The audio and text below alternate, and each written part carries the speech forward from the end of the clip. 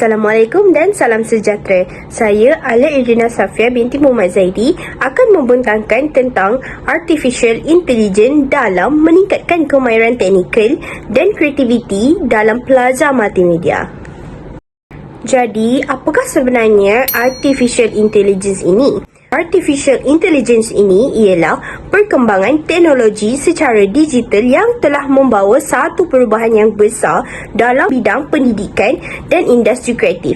Salah satu teknologi yang semakin berkembang pesat ialah kecerdasan buatan yang mampu meniru kebolehan manusia seperti menganalisis data, membuat keputusan dan menghasilkan kandungan secara meluas. Dalam bidang multimedia ini, AI digunakan dalam proses reka bentuk, grafik, penyuntingan video, animasi dan penghasilan audio digital. Bagi pelajar multimedia, penguasaan kemahiran ini adalah sangat penting untuk memenuhi keperluan industri kreatif yang semakin kompetitif.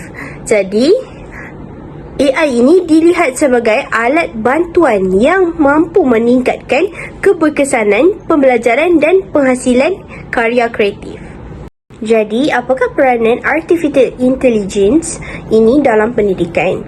Jadi, dalam pendidikan ini, AI berfungsi sebagai alat bantu pembelajaran yang dapat meningkatkan pengalaman pelajar secara lebih interaktif dan fleksibel. Selain daripada itu, sistem pembelajaran pintar dan tutorial secara maya membolehkan pelajar belajar mengikut tahap kefahaman masing-masing. Selain itu, AI juga menyediakan maklum balas automatik yang membantu pelajar bagi kesilapan mereka dengan lebih cepat dan memudahkan pensyarah dalam mengurus tugasan, menilai prestasi pelajar dan mencari maklumat dengan lebih pantas. Antara 4 peranan utama bagi Artificial Intelligence ini, yang pertama ialah penyuntingan imej secara automatik. AI dapat membantu pengguna mengedit imej dengan lebih cepat dan mudah tanpa memerlukan kemahiran reka bentuk yang tinggi. Selain daripada itu, perencanaan, grafik dan idea reka bentuk. AI boleh menghasilkan reka bentuk baharu berdasarkan arahan teks yang diberi oleh pengguna. Seperti contoh, menjana poster, memberi cadangan warna, menghasilkan idea kreatif untuk projek multimedia. Yang ketiga ialah penyuntingan video dan audio. AI memudahkan proses penyuntingan kandungan multimedia seperti video dan audio. AI dapat menjana sari kata, subtitle secara automatik. Selain daripada itu, menghapuskan bunyi bising dalam rakaman audio tersebut dan memotong video secara automatik mengikut bahagian penting dan menukar teks kepada suara iaitu text to speech, dan akhir sekali menjana suara latar dan muzik menggunakan AI. Akhir sekali, AI dapat meningkatkan kualiti dan kelajuan kerja pelajar.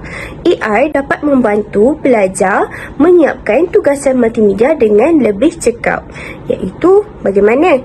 Memberi cadangan idea projek, membantu menghasilkan skrip video dan storyboard, dan yang ketiga ialah menjana grafik ilustrasi dan aset multimedia. Jadi, apakah cabaran dalam penggunaan Artificial Intelligence ini secara berlebihan? Yang pertama ialah kebergantungan kepada teknologi AI. Yang kedua ialah kurang kemahiran asas, iaitu technical skill para pelajar. Dan yang ketiga ialah keaslian hasil kerja semakin berkurang.